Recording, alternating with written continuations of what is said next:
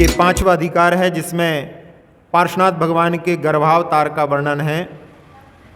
बंदो पारस पद कमल अमल बुद्धि दातार, अब बरनो जिन राज के पंच कल्याणक सार।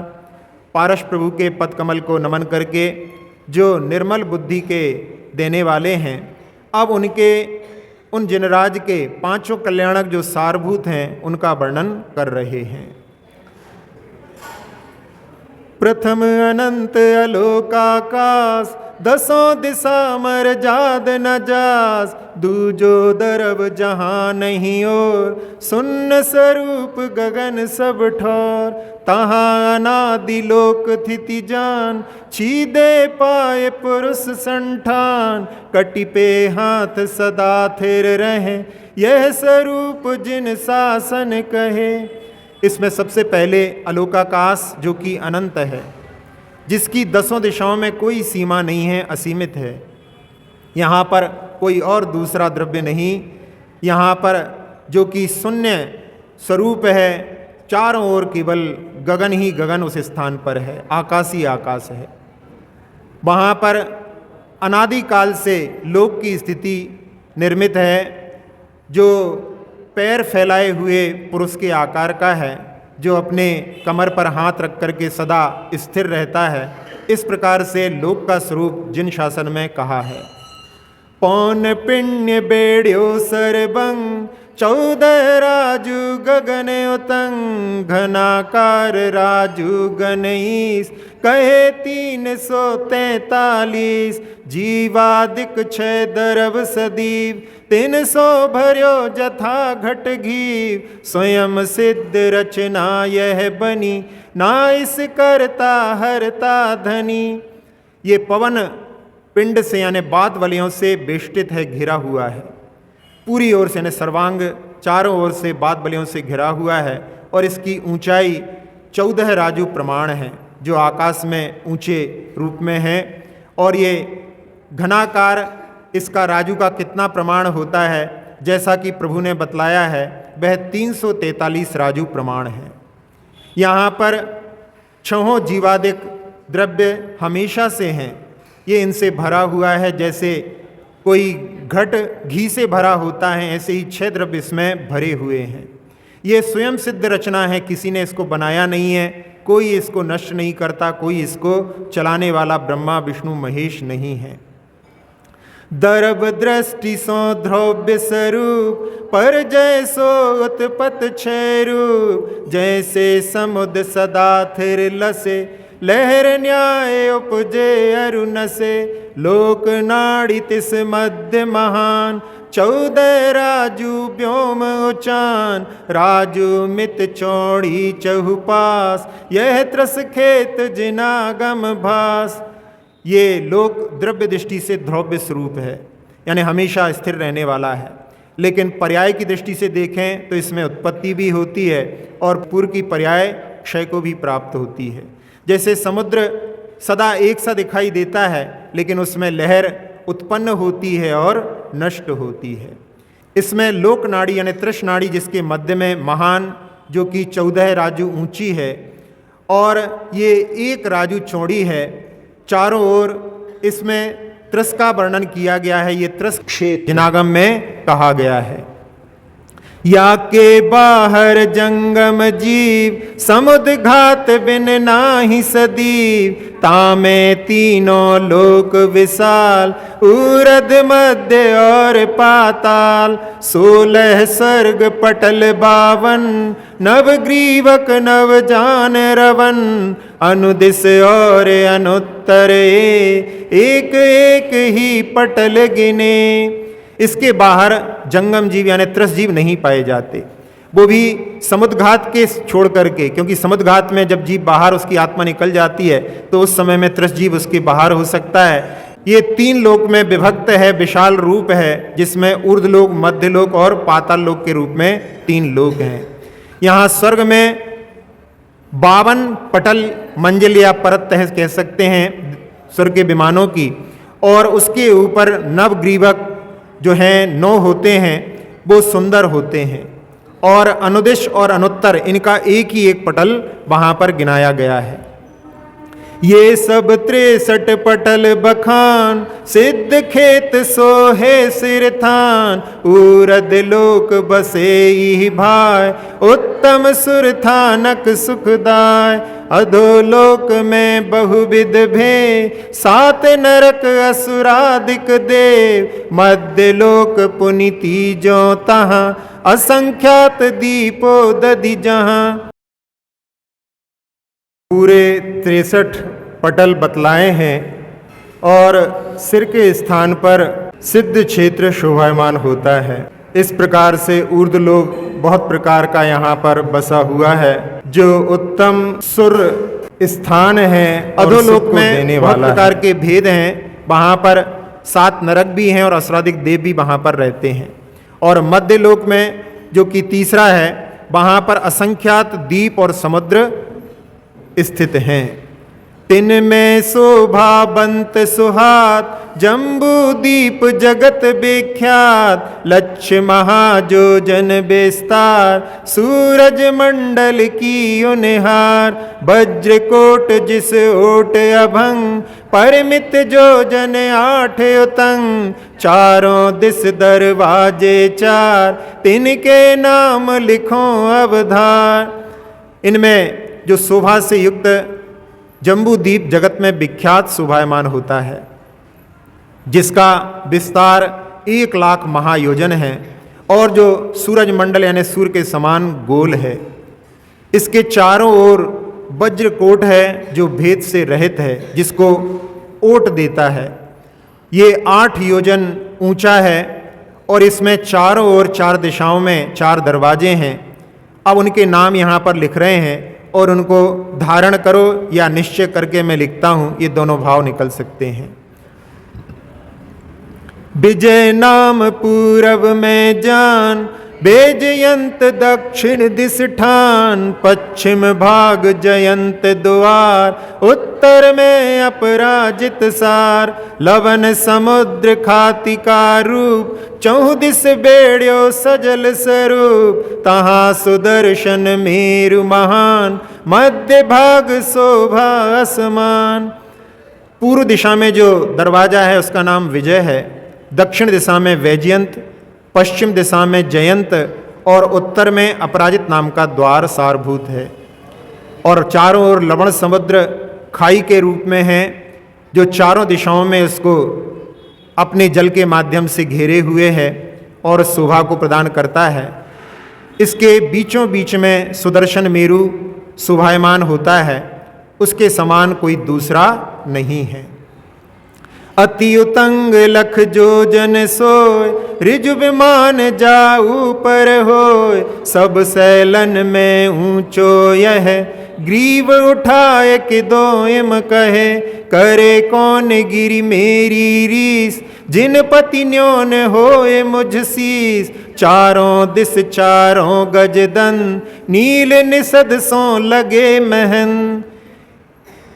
ये 1 लाख योजन ऊंचा है, अति ऊंचा शोभायमान होता है और इसके ऊपर 1 बाल के अंतर से ऋजु विमान होता है, वहाँ पर ऊर्ध्वलोक प्रारंभ हो जाता है। ये सभी पर्वतों में ऊंचा है और मानो अपनी गर्दन को उठा करके ये कह रहा हो, और कौन पर्वत मुझसे बराबरी कर सकता है, क्योंकि जिनेंद्र भगवान का नवन मेरे शीश पर होता है, मस्तक पर होता है। इसके चारों दिशाओं में 4 गजदंत पर्वत हैं, जो नील और निषद से लगे हुए महान पर्वत हैं। 6 कुल पर्वत बड़े विथार, पूरम पश्चिम दीर्घ सार, 8 महागिरि दिग्गज नाम, मेरु निकट 8 दिस ठाम, कनक बरन 16 बच्छार, महाविदेय विषय 26, कंचन गिरि दी से परवान, सीता सीतो दातट थान। यहाँ पर 6 कुल पर्वत हैं जो बड़े विस्तार वाले हैं।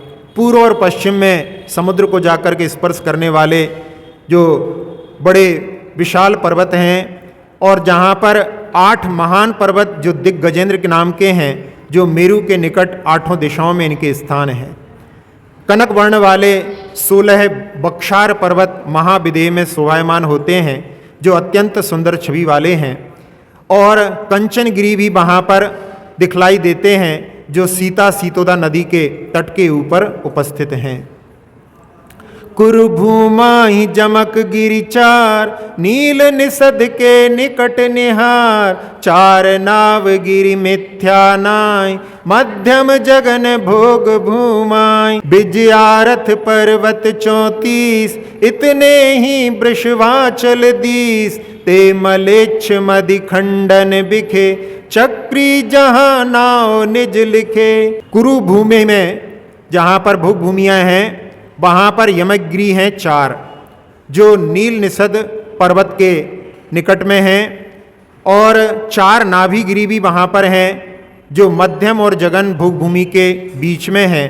और इनका वर्णन मिथ्या नहीं, ये केवल ज्ञान के द्वारा वर्णित है।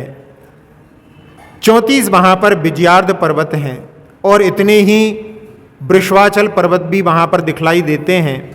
वे पर्वत जहाँ उत्तर में म्लेच्छ खंड जो 3 हैं, उनके मध्य खंड में शोभायमान होते हैं, जहाँ पर चक्री जाकर के अपना नाम लिखता है। यों गिरिदीप बिसे बरनए, 11 अधिक 100 भये। भद्रसाल बन 2 सुबास, पूरब अपर मेरु के पास। 2 तरु जम्बू सैंभल तने, उत्तम भोग भूमि में बने। 6 द्रह बड़े कुलाचल शीस, पदम महापदमादिक दीस। इस प्रकार से गिरि और दीपों का वर्णन किया। पर्वतों की संख्या यहाँ पर 111 यहाँ हो गई है, जिसमें मेरु, कुलाचल, विजयार्ध, वृषभगिरी, बक्षार, गजदंत, दिग्गजेंद्र और यमक के नाम से हैं। और यहाँ पर 2 वन, भद्रसाल वन, जो पूरब और पश्चिम मेरु के पास में बने हुए हैं। यहाँ 2 वृक्ष हैं, जो जम्बू और शालमली नाम के रूप में हैं। ये उत्तम भोग भूमि में बने हुए हैं, इन्हीं के नाम से ये जम्बू द्वीप कहलाता है। और 6 बड़े बड़े तालाब जो कुलाचल पर्वतों के मस्तक पर बने हुए हैं, उनके पद्म, महापद्म आदिक नाम हैं। 20 सरोवर और सुने, सीता सीतोदा मदिते। उत्तम मध्यम जगन विशेष, भोग भूमि 6 कही जिनेस। महादेश 34 सुखेत, ऐरावत अरु भरत समेत। इतनी ही नगरी परवान, आरज खंड मध्य थिर थान। यहाँ पर 20 सरोवर हैं, उनके बारे में और सुनो, जो सीता और सीतोदा नदी के बीच में बने हुए हैं।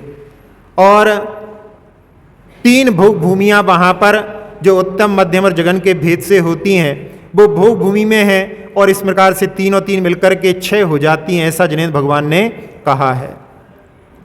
वहाँ पर महादेश 34 हैं, जो कि ऐरावत और भरत को मिलाकर के हैं। 32 विदेह और भरत ऐरावत मिलकर के ये 34 महादेश हो जाते हैं, कर्म भूमियाँ कहलाती हैं।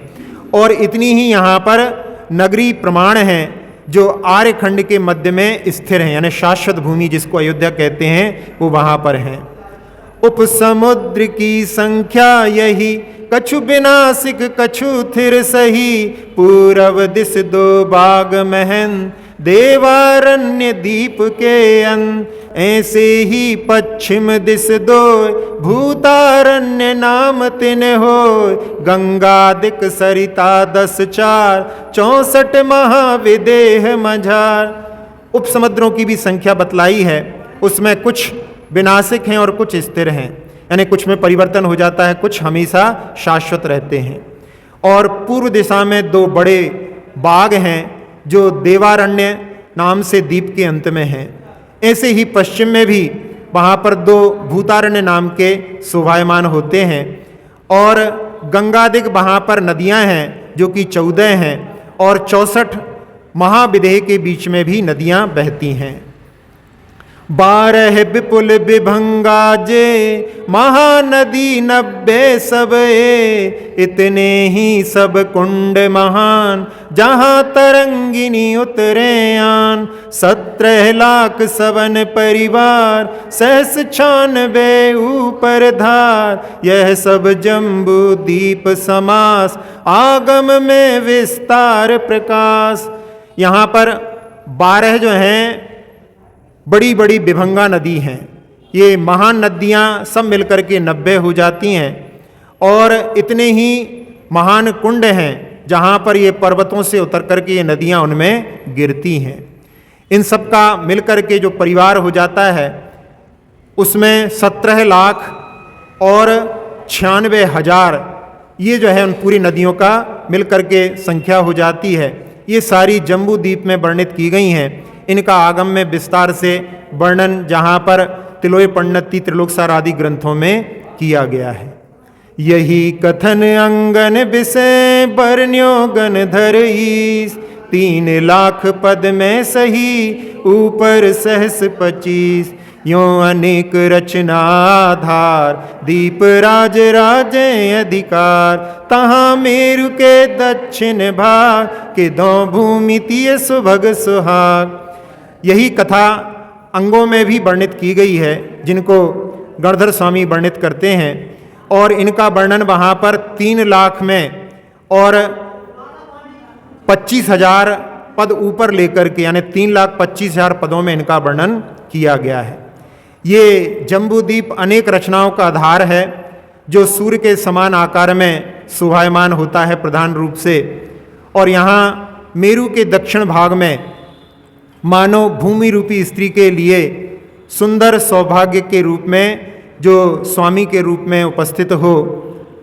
भरत खंड 6 खंड समेत, धनुषाकार विराजत खेत, तामे सब सुख धर्म निवास, काशी देश कुशल जनवास, गांव खेटपुर पट्टन जहाँ, धन कन भरे बसे बहुतहाँ, निबसे नागर जैनी लोय, दया धर्म पालें सब कोय।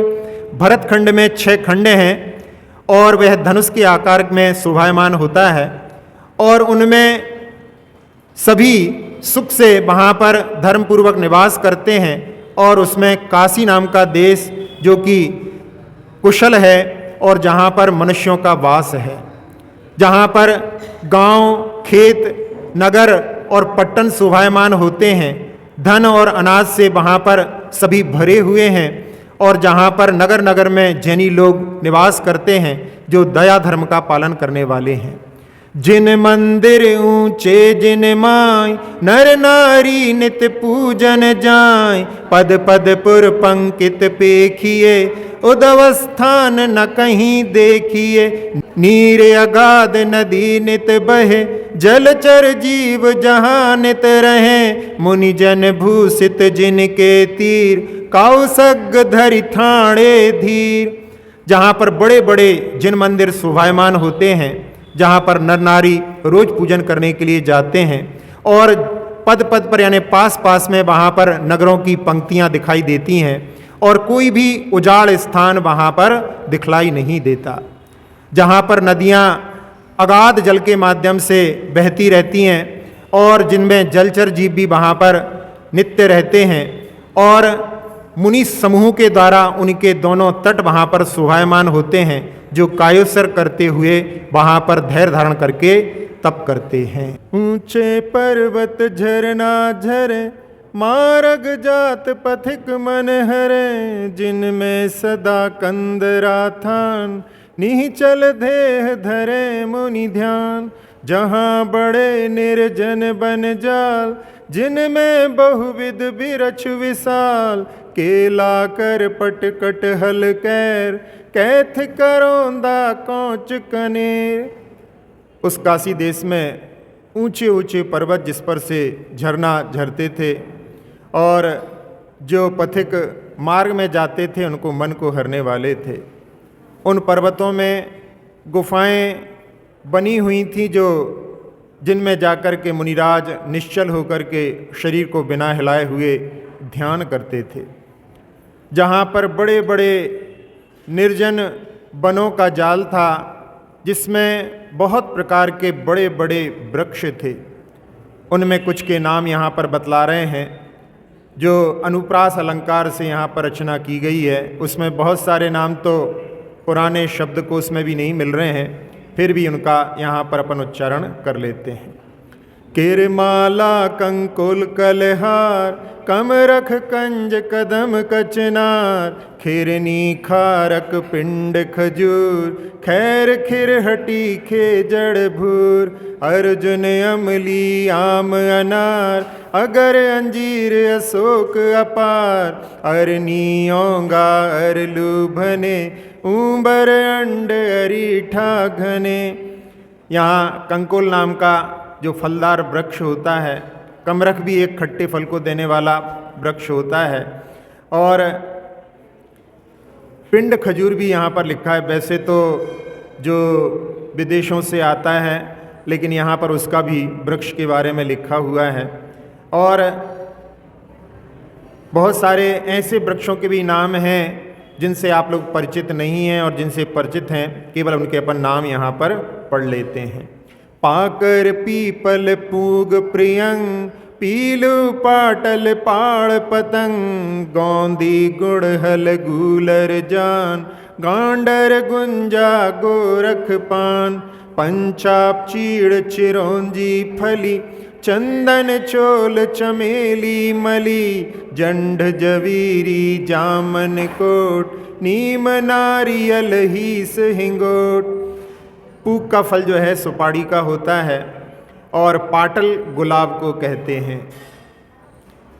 फिर गांडर जो है खस का वृक्ष होता है, गुंजा जो चिरमी, जंभीर जो होता है वो नींबू का एक प्रकार होता है। सोना सीसम सेंभल साल, सालर सिरस सदा फल जाल, बांस बबूल बकायन बेर, बेत बहेड़ा बड़हल पेर, मऊआ मौल सिरी मचकुन, मरुआ मोखा करना कुन, तूत तंबोलनि तींदू ताल, तगर तिलक तालीस तमाल।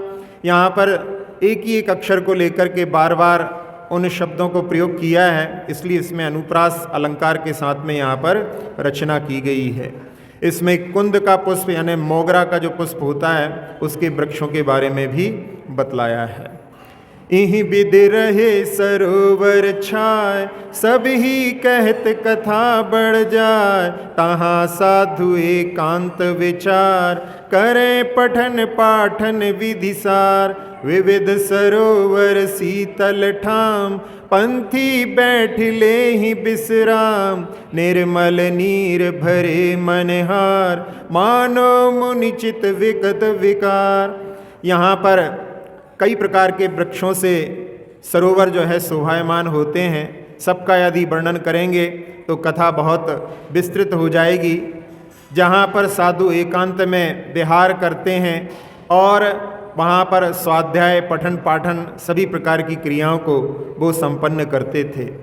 विविध प्रकार के सरोवर जो कि शीतल स्थान थे, जहाँ पर पंथी गण जो राह में चलने वाले होते हैं वो बैठ कर के वहाँ पर विश्राम लेते थे। और जहाँ सरोवरों में निर्मल नीर जो पानी भरा हुआ था वो मन को हरने वाला था और इतना स्वच्छ था मानो जैसे मुनियों के मन में जिस प्रकार से निर्मलता होती है विकार के बिना, उस प्रकार के जैसे आप लोग मुनि मन सम निर्मल नील पूजा में भी पढ़ते हैं। सोहे सफल साल के खेत, भये नम्र फल भार समेत, सज्जन जन ज्यों संपत्ति पाए, छोड़ गुमान चले सिर नाय, केवल ज्ञानी करत विहार, जहाँ सदा सब सुख दातार, अचारज चहु संग समेत, बेहर मान भवि जन हित हेत। वहाँ पर बहुत भरे हुए शाली चावल के खेत थे जो शोभायमान होते थे और उनमें वहाँ पर जब फल के भार से वो झुक जाते थे, नम्रीभूत हो जाते थे, तो उनके लिए उदाहरण दे करके कि जो सज्जन लोग होते हैं जब संपत्ति को प्राप्त करते हैं तो वो मान को छोड़ करके सिर झुका करके चलते हैं। केवल ज्ञानी वहाँ पर विहार करते थे, सुखों को देने वाला था। आचार्यों का जो 4 प्रकार के संघों से समेत होकर के उनका वहाँ पर विचरण होता था, वो सभी भव्यजनों के लिए हित के लिए कारण होते थे। के जहाँ महाव्रत लें भव दुख वास जलांजलि दें, के धीर उग्र तप करें ते अहिमिंद्र जाए अवतरें। कोई उन मुनिराजों के संघों के संपर्क में आने पर महाव्रतों को धारण कर लेता था और जो भव संसार दुखों का वास है उसको जलांजलि दे करके यानी त्याग कर देता था। कोई धीर मुनिराज उग्र तपों को धारण करते थे और अहमिंद्र की पर्याय को प्राप्त करते थे। हे श्रावक के व्रतपाल अच्युत स्वर्ग बसे चिरकाल, के कर जिन यज्ञ विधान पावे पुण्य अमर विमान, के मुनि वरदान प्रभाव भोगे भोग भूमि की आओ, अति पुनीत सब ही विध देश जहाँ जन्म चाहे अमरेश। कोई श्रावकों के व्रतों को पालन करके यानी अणुव्रतों को धारण करके अच्युत स्वर्ग तक उत्पन्न होता है, यानी 16वें स्वर्गों तक उनका जन्म हो सकता है और वहाँ पर चिरकाल तक बस करके स्वर्गों के भोग को भोगते हैं। कोई जिनेंद्र भगवान की पूजन विधान आदि करके भी वहाँ पर पुण्यवान जीव अमर विमान को प्राप्त करता है, स्वर्गों के विमान में जन्म लेता है। कोई मुनियों को श्रेष्ठ दान दे करके उनके प्रभाव से भोग भूमि की आयु को प्राप्त करते हैं। ये देश सब प्रकार से जो है अति पवित्र है और यहाँ पर वो अमरेश यानी जो स्वर्ग में इंद्र है पार्श्वनाथ भगवान का जीव, वो ऐसी जगह पर जहाँ से मुक्ति मिलती है वहाँ पर वो भी जन्म की चाह करता है। तहाँ बनारस नगरी बसे देखत सुर नर मन उल्हसे, है प्रसिद्ध धरनी पर सोय तीरथ राज कहें सब कोय, शोभा जा की कही न जाय नाम लेत रसना सुचि थाय, जहाँ सरोवर नाना भांत जिनके तीर तरोवर पांत। जहाँ बनारस नाम की नगरी उस काशी देश में है, जिसको देख करके देव और नर सबके मन में उल्लास आता है, हर्षित हो जाते हैं और ये इस धरती पर प्रसिद्ध है। इसको तीर्थराज सभी लोग कहते हैं। इसकी शोभा को वर्णन करना संभव नहीं, इसके नाम लेने से भी रसना यानी जीव पवित्र हो जाती है। जहाँ पर नाना प्रकार के सरोवर शोभायमान होते हैं और जिनके तीर यानी किनारों पर वृक्षों की पंक्तियां भी शोभायमान होती हैं। निज जीवन जीवन सुख दें कमल सुवास सिली मुख लें, सोहें सगन रवाने बाग फले फूल फल बड़ो सुहाग, सजल खातिका राजें खरी उठे लहरी लोयन गति हरी, कोटे उतंग कांगुरे लसें मानो सुरग लोक दिस हंसे। ये सरोवर जिनमें जल भरा हुआ है वो अपने जीवन के द्वारा दूसरों को जीवन का सुख देते हैं और जहाँ पर कमल खिले रहते हैं वो अपनी सुगंधित गंध के माध्यम से भौरों को भी जो है वहाँ पर प्रसन्न कर देते हैं। और जहाँ पर सघन सुंदर बाग शोभायमान होते हैं जिनमें फले हुए फूल फल से उनकी सुंदरता बढ़ती जाती है। जल से भरी हुई सुंदर सुंदर वहाँ पर खाइयाँ हैं जिनमें जो लहरें उठती हैं वो सबके नेत्रों की गति को हरने वाली हैं। और जहाँ पर बड़े बड़े ऊंचे ऊंचे परकोटे हैं जिन पर कांगूरे से जो शोभायमान हो रहे हैं और इतने ऊंचाई वाले हैं मानो स्वर्ग लोक को देख करके हंस रहे हों। ऊंचे महल मनोहर लगे सुवरन कलश शिखर जगमगे, अति उन्नत जिन मंदिर जहाँ, तिन महिमा वर्णन बुध कहाँ। रतन बिंब राजे जिहि माय, शिखर सुरंग ध्वजा फहराय। कंचन के उपकरण समाज, आबे भविजन पूजा काज। जहाँ ऊंचे ऊंचे महल मनोहर लगते थे, स्वर्ण के कलश से जिनके शिखर जगमगा रहे हों, और ऊंचे ऊंचे ही वहाँ पर जिन मंदिर शोभायमान होते थे, जिनकी महिमा का वर्णन ज्ञान के माध्यम से कहाँ हो सकता है, जिसमें रत्नों के बिंब शोभायमान होते थे और जिनके शिखर पर अच्छे अच्छे रंगों की ध्वजा फहराती थी, जहाँ पर कंचन के उपकरण सारे लेकर के उनके समूहों को वहाँ पर भव्य जन पूजा के लिए आते थे। जय जय शब्द सहित छवि छज, किधो धर्म रै नायर गजे। नगर नारी नित बंदन जाय, जिन दर्शन उच्छब उर्माय।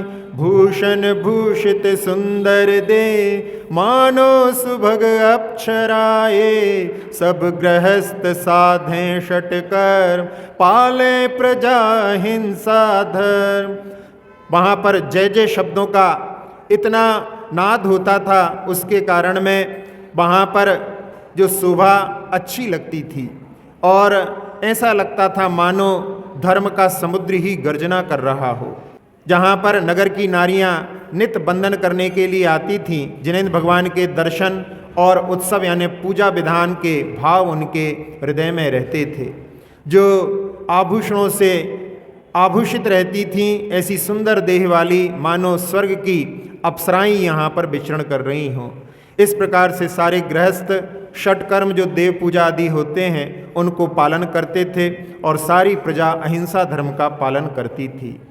दोष 18 वर्जित देव, तिस प्रभु को पूजे बहुभेव। चाह चिन्ह वर्जित जो धीर, सोई गुरु सेवे बरवीर। आदि अंत जे विगत विरोध, तेई ग्रंथ सुने मन सोध। सत्यशील गुण पालें सदा, ताते लोग सुखी सर्वदा। 18 प्रकार के दोषों से रहित ही देव की वो लोग कई प्रकार से उनकी पूजा करते थे, उन्हीं को प्रभु मानते थे। जो चाह से रहित, परिग्रह से रहित, इच्छाओं से रहित जो धीर वीर गुरु थे, उनकी ही सेवा वहाँ पर बड़े बड़े वीर पुरुष करते थे।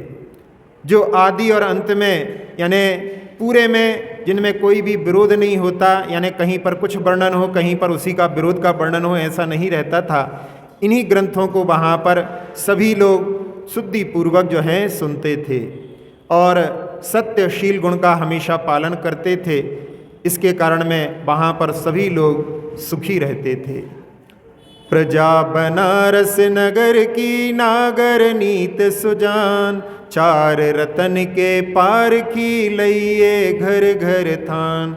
देव धर्म गुरु ग्रंथ ये बड़े रतन संसार। इनको परखी प्रमाणिए, यह नर भव फल सार। बनारस नगर की प्रजा नगर संबंधी नीतियों को जानने वाली थी। वो 4 रत्नों के पारखी थे। इस प्रकार के पारखी लोग घर घर में, स्थान स्थान में रहते थे।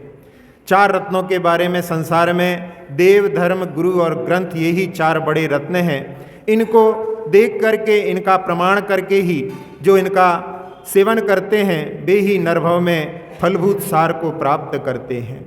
जे इनकी जाने परखते जग लोचनवान। जिनको यह सुधि ना परी, ते नर अंध अजान। लोचन ही ने पुरुष को, अंध न कहिए भूल। और लोचन जिनके मुंधे, ते आंधे निर्मूल। जो इनकी चारों की परख जानता है, वे ही जग में नेत्रवान है। और जिनको इनकी सुधि नहीं है, यानी जो इनके बारे में नहीं जानते, विचार नहीं करते, वे सारे नर अंध और अज्ञानी हैं। जो लोचन से रहित पुरुष होता है, उसको कभी भी अंधा भूल करके भी नहीं कहना चाहिए, यानी ऐसे शब्दों का प्रयोग नहीं करना चाहिए। जो लोग जिनके हृदय नेत्र मुंदे हुए हैं, वे ही निश्चय से धर्म की नींव से, धर्म के रहस्य परिचित ना होने के कारण में अंधे हैं।